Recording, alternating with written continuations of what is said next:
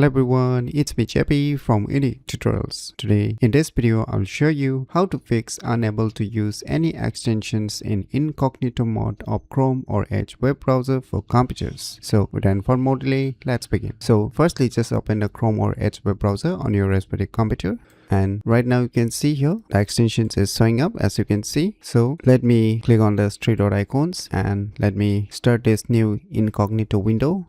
So now as soon as I enable the incognito mode, so you can see here I don't have any extensions showing up which is enabled in the non-incognito mode. So now if you want to enable the extensions in incognito mode, what you need to do is just click on the extensions icon and just click on this manage extensions. And now say I want to enable this extension on the incognito mode. So just click on this details. Now you will see here one option, allow in incognito. So by default this option will be turned off. So you need to enable it. We want to use the extensions in the incognito mode. So once you enable it, so let us move back to the incognito mode. Let me click on these three dot icons. Now let me click on this new incognito window.